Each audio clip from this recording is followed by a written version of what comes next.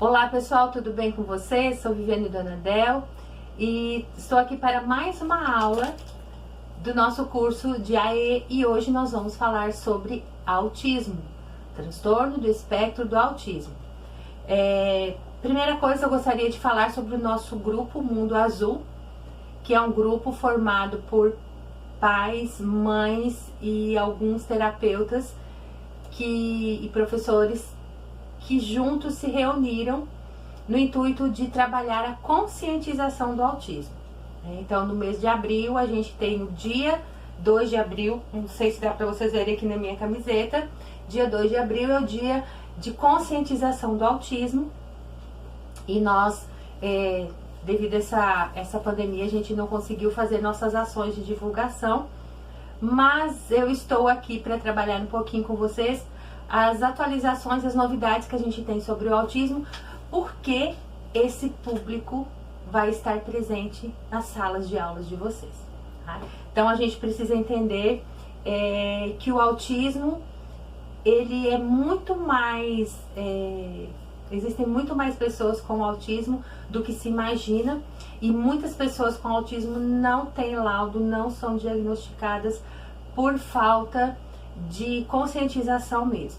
Os exames, né, digamos assim, que são feitos para o autismo, nenhum tem exame de imagem, exame de sangue, exame de urina, nada que prove que uma pessoa tem autismo. O diagnóstico do autismo, ele é feito clinicamente, né, através de sinais, de sintomas e de algumas características que são padrões. Então, eu trouxe aqui para vocês hoje algumas coisas que a gente precisa pontuar sobre o autismo, que primeiro seriam os critérios, né, para o diagnóstico do autismo. Então a gente tem, a partir de 2013, né, a gente tem uma nova nomenclatura e uma nova forma de avaliar o autismo, né? Então, o manual diagnóstico, né, o DCM-5, ele fala que os critérios, né, para o diagnóstico do autismo são praticamente dois, que abrangem todas as dificuldades, os transtornos e algumas deficiências que apresentam esses tipos de características. Por exemplo, déficits persistentes na comunicação social e na interação social em múltiplos contextos. Tá? Padrões restritos e repetitivos de comportamentos, interesses e atividades. Tudo isso caracterizando um transtorno do neurodesenvolvimento. Para a gente entender melhor um pouquinho o que é o autismo, é bom a gente pensar que é um transtorno que apresenta dificuldade de comunicação, dificuldade de socialização e padrões de comportamentos restritos e repetitivos. Então vamos lá.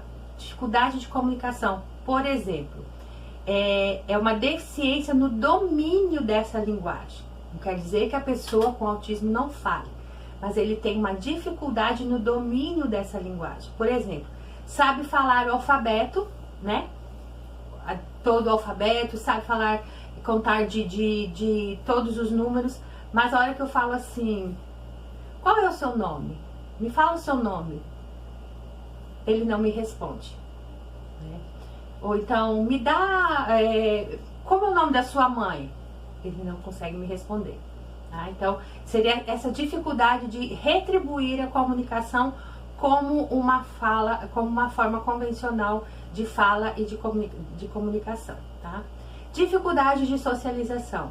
Dificuldade de socialização em todos os sentidos, de começar e terminar uma conversa, de começar e terminar uma brincadeira, de se inserir na brincadeira, olhar o grupinho brincando e falar, eu vou lá, oi, querem brincar comigo? Posso brincar com você? Essa dificuldade de chegar lá e fazer essa socialização, né? E trazer essa interação e continuar com ela. Então ele precisa sempre de alguém que vai e faça por ele esse primeiro passo, essa primeira tomada.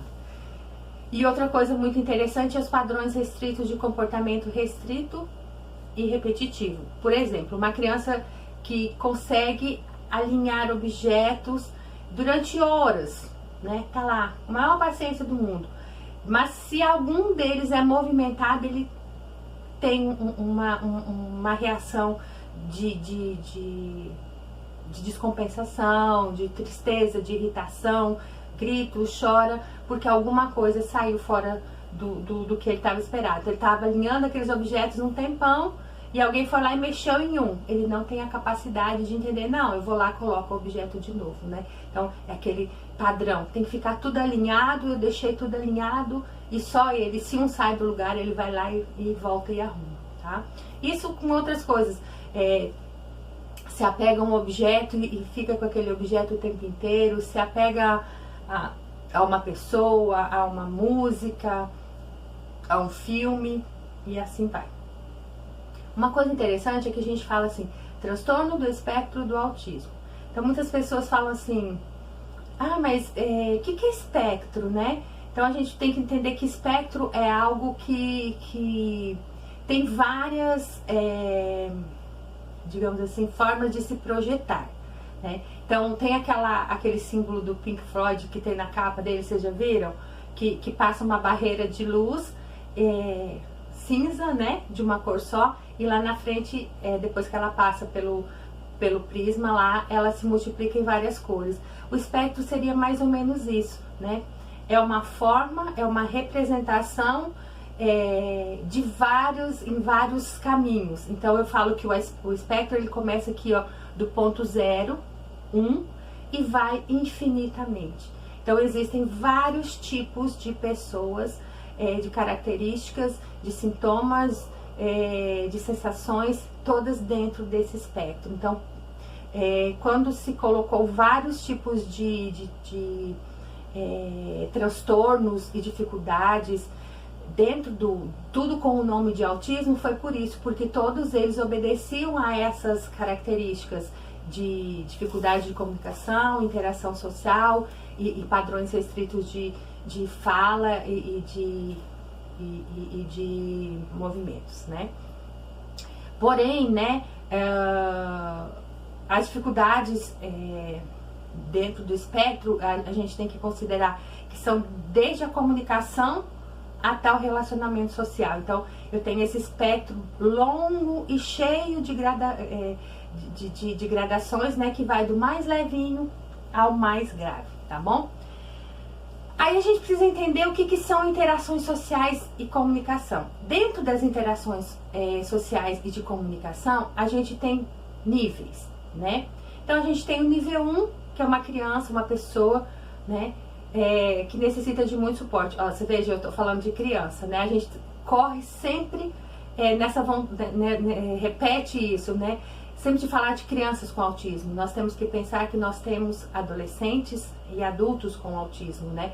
A criança autista, ela não vai ficar a vida inteira autista. Então a gente precisa pensar que na escola a gente vai ter autistas no ensino médio, no fundamental, na faculdade e etc. Então a gente tem que estar preparado para entender este cérebro do autista.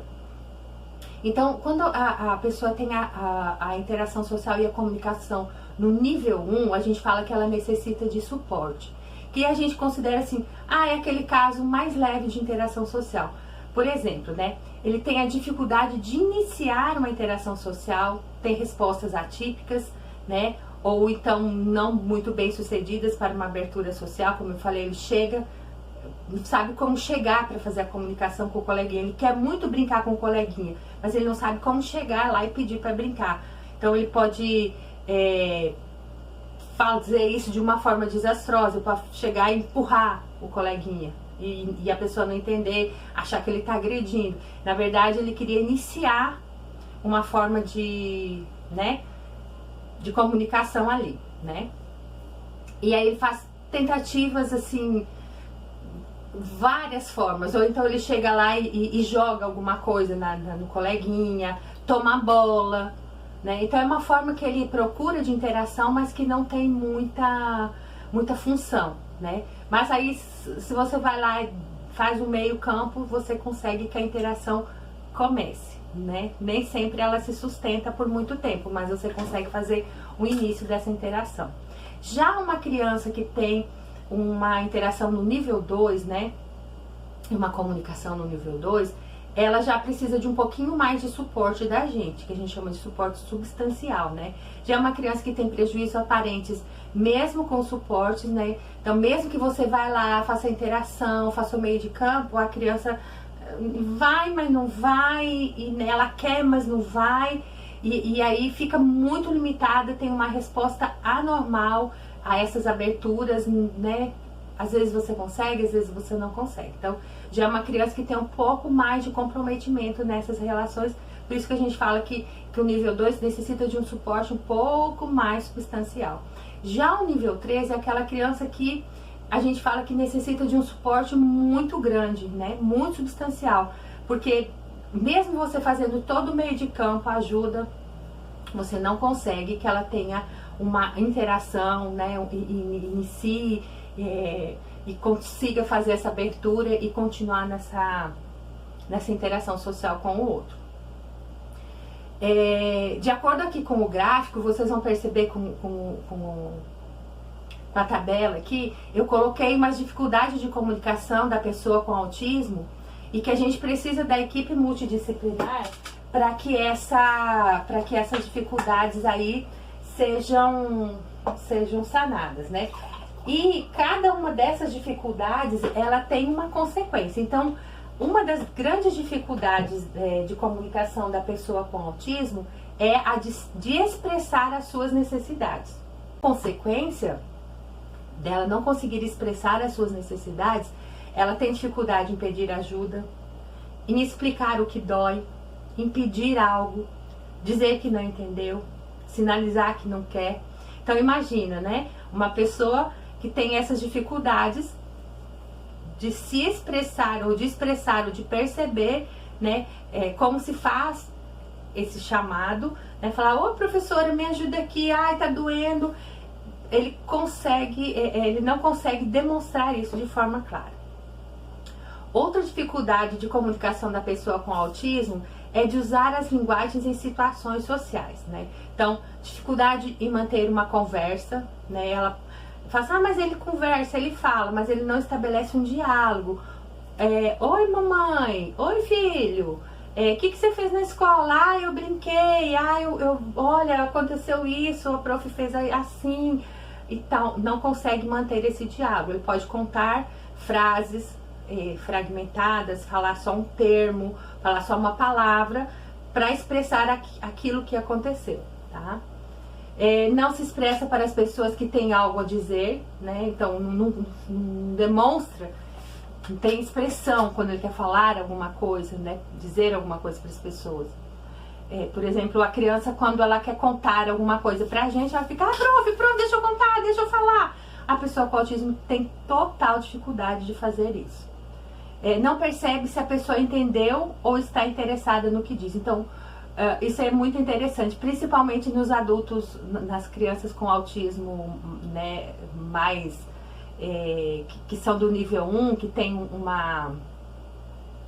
que a gente chamava antigamente de Asperger, eles não gostam muito que a gente chame eles de Asperger, mas que tinham esse autismo de alto funcionamento ou que tinham pouca necessidade do nosso auxílio, são crianças que também tem a gente fala de preferências ou atenção grudenta ou um hiperfoco.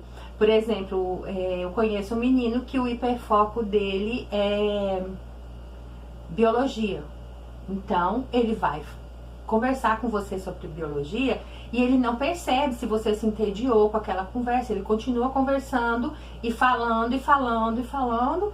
E se você demonstrar que está desinteressado, para ele aquilo não quer dizer nada. Você está ali e ele está falando. Então é uma linguagem meio deficitária nesse sentido, né? E outros tantos tipos, né, de conversas que a gente precisa às vezes sinalizar. Então nas terapias a gente costuma ensinar a pessoa com autismo, conforme ela vai ficando maiorzinha, a dar sinais quando o assunto já deu, tem que trocar. Então, olha, você pode falar 5 minutos, depois dos 5 minutos você já encerra a sua conversa, porque a quantidade de tempo que a pessoa aguenta escutar, etc., vai ensinando a criança a se virar nesse mundo, né? Outra dificuldade de comunicação da pessoa com autismo é de compreender as linguagens e a comunicação dos demais. Então, entender que as pessoas, o que as pessoas querem fazer, né? Então, não entende. Nós temos a linguagem corporal que nós temos, né, chama de teoria da mente, que a gente consegue se colocar no lugar do outro, então a gente, né, os neurônios espelham, etc, a gente olha e vê, aquela pessoa ali já não tá legal, vamos mudar, não tá bem aqui, vamos sair daqui, alguma coisa a gente entende, né, o corpo da outra pessoa, a gente já consegue entender essa linguagem, o autista não consegue. Dificuldade de entender quando os outros dizem, né, com a linguagem corporal, rosto, tom de voz, etc. Tá? Então seria mais ou menos isso. Tem dificuldade de entender o que a linguagem corporal fala. A gente precisa ser claro com eles. Eu quero isso, eu não estou mais afim, quero sair daqui, vamos sair daqui. Tá? Outra dificuldade de comunicação da pessoa com autismo é entender as coisas literalmente. Então, eles têm dificuldade em perguntar pra gente assim, se o que estão dizendo é uma frase feita ou se tem um sentido literal ou é uma ironia. Então eles não conseguem entender. E eles têm dificuldade de perguntar, isso aí que você está falando é de verdade? Isso aí que você está falando é uma brincadeira? Então eles têm essa dificuldade. Principalmente as crianças, porque, né, essa duplicidade aí vai ser muito difícil. Outra coisa importante para a gente refletir e saber sobre o autismo seriam os padrões restritos e repetitivos de comportamento, interesses e atividades. Para entender como é que funciona, como que as crianças se comportam diante das situações, para que a gente possa saber como agir. Então, por exemplo, um dos tipos de padrões restritos seriam os movimentos motores, né? Uso de objetos ou falas estereotipadas ou repetitivas, por exemplo, de estereotipias motoras simples, como alinhar objetos, girar objetos, ecolalia. O que seria ecolalia? Repetição, né, de algumas falas, de alguns termos, de algumas palavras fora do contexto, né? E coisas que não estão ali naquele momento, eu começo a falar e a criança, a gente sabe de onde que ela tirou isso, tá? Outro tipo de padrão de repetição seriam a insistência nas mesmas coisas, a decisão inflexível a rotinas ou padrões ritualizados de comportamento verbal ou não verbal, né? Então, isso causa um sofrimento extremo em relação a pequenas mudanças, dificuldade com transições, padrões rígidos de pensamento, rituais de saudação, necessidade de fazer o mesmo caminho ou ingerir os mesmos alimentos diariamente, né? Então, vai por aquele caminho na escola todo dia, se muda, já tem alguma dificuldade, a mãe tem que voltar e fazer o mesmo caminho. Tem um local de guardar um objeto, se alguém muda e troca de lugar, né, tem dificuldade. Então, essa adesão inflexível a rotinas e padrões ritualizados, de falas, né, e de comportamentos físicos também. E também tem uma questão de um padrão muito, muito, assim, que a gente tem que prestar muita questão, e isso as terapeutas ocupacionais nos ajudam muito, que é o a hiporreatividade a estímulos sensoriais, né? Quer dizer, hiper, né, muita, ou hiporreatividade, que é pouca, a estímulos sensoriais ou interesses comuns por aspectos sensoriais do ambiente comum, indiferença aparentemente, né? A dor, por exemplo, essa indiferença, por exemplo, se arranca um tampo do dedo, não chora, né? Então, ou chora demais. Então, nós temos as duas questões. Isso são todas questões sensoriais também, que são, né, bastante perceptíveis nesse caso dos padrões restritos e repetitivos no autismo, né? Gosta de cheirar, né, ou tocar objetos de forma excessiva, gosta de luzes, ventiladores e tal. Por exemplo, eu tenho um pacientezinho que tudo ele tem que passar a língua. Então, nessa época de pandemia, realmente ele é uma criança que não pode sair de casa, porque vai passar a linguinha em tudo. Então, é muito difícil, não consegue usar máscara. A gente tem que tomar muito cuidado com esses tipos de padrões restritos e repetitivos. Então, aqui eu coloquei alguns que é para vocês, né, entenderem e conseguir perceber no dia a dia com os alunos de vocês. Aí, eu falei anteriormente em espectro, né? Eu vou mostrar aqui pra vocês nesse slide os tipos de autismo, os níveis do espectro do autismo, que a gente precisa entender, porque assim, a gente ouve muito assim: ah, recebeu o diagnóstico de autismo, ah, mas o autismo, o meu filho tem só um pouco de autismo. Ou então a professora fala: não, a mãe falou que ele é só um pouquinho autista. Não existe um autismo pouco ou um autista muito autista. Existem autistas, né? O que acontece é que a gente volta lá naquele nível 1, nível 2, nível 3 que eu falei. A criança, ela tem apoio, não precisa de apoio, pouco apoio, apoio substancial ou muito substancial. Então, a criança com autismo leve não significa ser menos autista, mas sim ter menos necessidade de apoio. O autista moderado não significa ser mais ou menos autista, mas sim necessitar de apoio substancial. O autista severo não significa ser muito autista, mas sim ter necessidade de apoio substancial. Então a gente tem que entender isso para não falar assim: ah, ele tem só um pouquinho de autismo. Não existe um pouquinho nem muito autismo.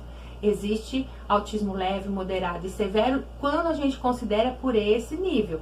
Necessita de um pouco apoio, um pouquinho mais, e apoio muito substancial. Então é importante salientar que, independente dos níveis ou graus, a criança necessita de apoios específicos, pois geralmente o que diferencia são os sintomas, que em alguns são mais sutis do que nos outros, né? Esses dias uma mãe falou assim pra mim: ai, fulano tá nas terapias, mas parece que não tem visto muita diferença, parece que ele tá demorando muito a evoluir.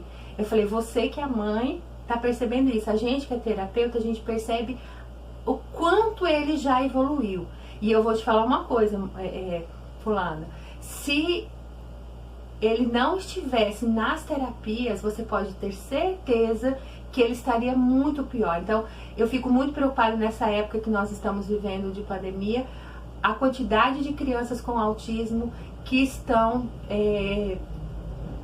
apresentando inúmeras dificuldades em casa, quanto a vários estímulos e essa rotina diferenciada, porque eles precisam das terapias organizar, né, essa modulação dos comportamentos que eles vão adquirindo. Então, eu falei pra ela isso, ela falou: nossa, eu concordo, realmente, se ele... É porque a gente fica muito ansiosa e realmente as mães querem ver assim uma mudança muito, muito rápida nas crianças, nem sempre acontece isso, tá? Eu coloquei aqui pra vocês nesse quadro uma forma assim da gente entender quando a gente fala assim que o autista é um pensador visual, né? O que seria um pensador visual? Que só vê figuras e coisas na sua frente? Normalmente é isso. A criança, a pessoa com autismo, quando você fala árvore, ela não vai pensar no A-R-V-O-R-E. Ela vai pensar na árvore, nos galhos, no tronco, né? A Temple Grandin, ela falava que quando falavam as coisas para ela, ela imaginava o pé da letra, e ela cita o caso da árvore. Quando falava em árvore, ela não pensava na palavra árvore, né? Se falasse para ela: escreva árvore, ela pensava na árvore frondosa, com galhos, etc. Então a criança, quando você fala alguma coisa, primeiro vem a imagem daquilo. Então a gente precisa entender que certas coisas nós podemos e outras coisas nós não podemos dizer para as crianças ou pedir, que eles não vão entender, né? Então, procurar sinalizar visualmente para as crianças, para as pessoas com autismo, é muito melhor. Então, por exemplo, eu coloquei esse quadrinho aqui só para dar uma ilustrada, ó. Nunca diga para uma pessoa com autismo: você é a menina dos meus olhos, né? Para ela, você falar isso, né? Talvez, como será que ela vai pensar? Menina dos meus olhos, né? Melhor falar assim: eu te amo muito, eu estou a ponto de explodir. Ela vai imaginar você arrebentando tudo, né? Estou zangada, né? Fala assim que ela vai entender melhor. Dobre a língua. Você fala para uma criança: dobre a língua. E o que é dobrar, né? Dobrar a língua. Como é que vai dobrar a língua, né? Melhor falar: não fale assim comigo. não é nem um bicho de 7 cabeças. Imagina a criança, né? Para algumas crianças que são típicas, você fala isso, elas, dependendo da idade, elas têm muita dificuldade em lidar com essa forma não literal. Imagina uma pessoa que tem autismo, né? Instruções, a gente tem costume de falar, põe ali, pendura ali, guarda ali. Ali onde, né? Então, se eu for falar para um autista, pendure ali aonde? Pendure o casaco no cabide, ao lado da porta. Né? Raspe o prato, coma tudo. Não ande com o pé no chão, vai andar com o pé aonde? Na cabeça? Né? Calça o sapato. Então, eles vão levar isso muito ao pé da letra. A gente tem que tomar cuidado. Esse sebo nas cadelas, eu falo sempre lembrando do Leandrinho, porque ele, na escola, a professora ou alguém falava pra ele, sebo nas canelas. Ele chegava em casa muito indignado, porque ele não sabia o que era sebo nas canelas, né? Que é ande rápido. Hoje ele entende, né? Mas porque ele foi ensinado a entender, né? Essa forma não literal. Então, tomar muito cuidado com o que a gente fala com os autistas, né? Então, isso são dicas pro dia a dia. Esse quadro aqui que eu trouxe pra vocês é uma pessoa a cada 110 é autista, né? Esse outro dado aqui, relação de 4 meninos para cada menina, continua igual. Mais de 70 milhões de autistas no mundo, 2 milhões de autistas no Brasil. Aí tem a lei Berenice Piana que fala, né, ali, que traz todas as orientações. Então, eu vou mandar para vocês essa lei da Berenice Piana também, para que vocês entendam quais são os direitos que o autista tem, né, que foi uma conquista muito, muito grande, a lei 2764 de 2012, que leva o nome da Berenice Piana, que é a mãe de um autista, que foi uma luta muito, muito gigantesca que ela teve, né, junto com outras pessoas, para que os direitos dos autistas fossem considerados. Inclusive, a pessoa com autismo tem direito a um professor especializado em sala de aula para ser o seu segundo professor ali, para ser o seu monitor, seu orientador, né? Não é qualquer pessoa. E aqui no meio termina mostrando, né, quais são as dificuldades que o autista tem, que é falha de interação social, dificuldade de comunicação, comprometimento na imaginação, né, isso faz muito sentido quando eu acabei de falar ali para vocês das formas que a gente tem que conversar com ele, e comprometimento no sistema orgânico, que eles têm algumas estereotipias, algumas questões de constipação, etc. Eu trouxe esse outro gráfico que eu achei bem legal também de mostrar para vocês, para a gente entender um pouquinho por que o autismo, uma criança com autismo tem tantas dificuldades em vários setores, né? Então, esse quadro é da revista Segredos da Mente, também não saiu ali o ano que é, mas a gente pode depois pesquisar e ver direitinho qual é o ano.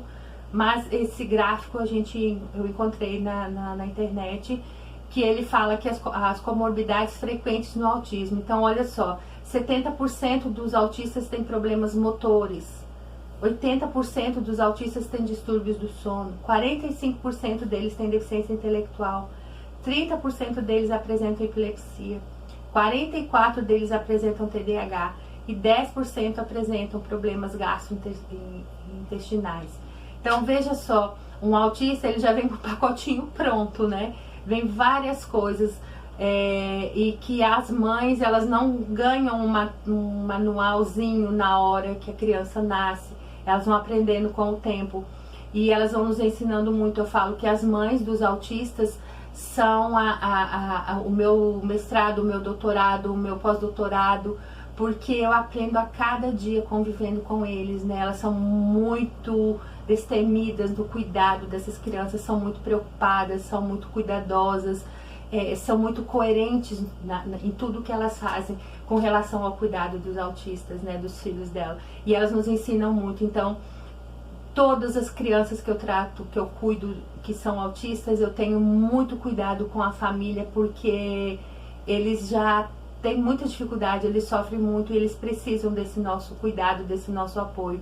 E eles nos ensinam muito como ajudar os filhos deles, né? Então, Toda criança com autismo, ela merece que a gente tenha, toda pessoa com autismo merece que a gente tenha esses cuidados e observações. Eu vou encerrar, então, falando para vocês sobre uma pesquisa desenvolvida pelo Alison Watry, que ele é PhD, geneticista, que é a pesquisa dos minicérebros, tá? Então, aí vocês estão vendo no cantinho da tela, ele, esse bonitão, né? E ele foi para os Estados Unidos, mais especificamente para a Califórnia, e ele foi se especializar em neurociências e células-troncos. E desde 2008 ele mantém um laboratório e desenvolve pesquisas sobre o cérebro social, né?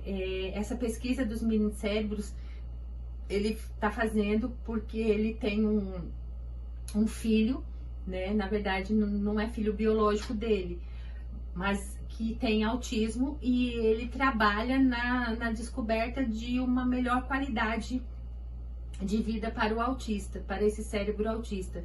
E ele acredita que o cérebro do autista está no estágio que não é permanente, é plástico, né, e moldável. E nós temos aí mais de 1000 genes candidatos, né, ao autismo. E ele, até o momento dessa pesquisa que eu fiz, que foi em abril de 2019, já tinham 17 tipos de genes que estavam sendo estudados, né, e por conta de gastos, eles, né, não conseguem fazer um ritmo muito grande de estudos, porque é uma pesquisa muito grande. Ele fala que mais de 1 bilhão de dólares ele conseguiria terminar a pesquisa mais rápido, mas lógico que é muito difícil conseguir essa quantidade de dinheiro. Mas se todo o mundo se reunisse, né, as pesquisas seriam mais rápidas. E o que ele acredita com essas pesquisas é que, se a gente descobrir, como ele acredita que existem 1000 formas diferentes de autismo, então a gente precisa descobrir qual é o gene daquele autismo, qual é a alteração. Até futuramente esse nome seria diferenciado para cada autismo, né? E como consequência disso, eles teriam terapias e, né, tratamentos, digamos assim, mais assertivos. Então, esses estudos são justamente para que as terapias sejam mais assertivas e melhorem a qualidade de vida dos autistas, tá? E diante dessas pesquisas todas, eles já conseguem afirmar que 90% da causa do autismo é genética. E o restante dessas causas, eles acreditam que é mais de 90%, né? Então ficam pouca porcentagem aí para as causas ambientais mais variadas, né? E quando a gente fala de causas ambientais, não é o ambiente físico, né? São coisas que interferem, como medicação que a mulher usa, a questão da idade dos pais, a questão, várias outras questões que são colocadas aí, tá? Então é uma pesquisa, se vocês quiserem se aprofundar mais, é muito, né? É só pesquisar sobre ele, e pesquisa dos minicérebros no autismo, vocês vão gostar muito, tá? E nós vamos encerrar, né, a nossa aula de hoje, falando justamente no início da nossa conversa, da nossa aula hoje, que é conscientizar é preciso, né? Então, em primeiro lugar, precisamos nos colocar no lugar, entender como funciona o cérebro das pessoas com autismo, né? Em primeiro lugar, eu preciso saber quem é esse autista que está ali para eu dar aula.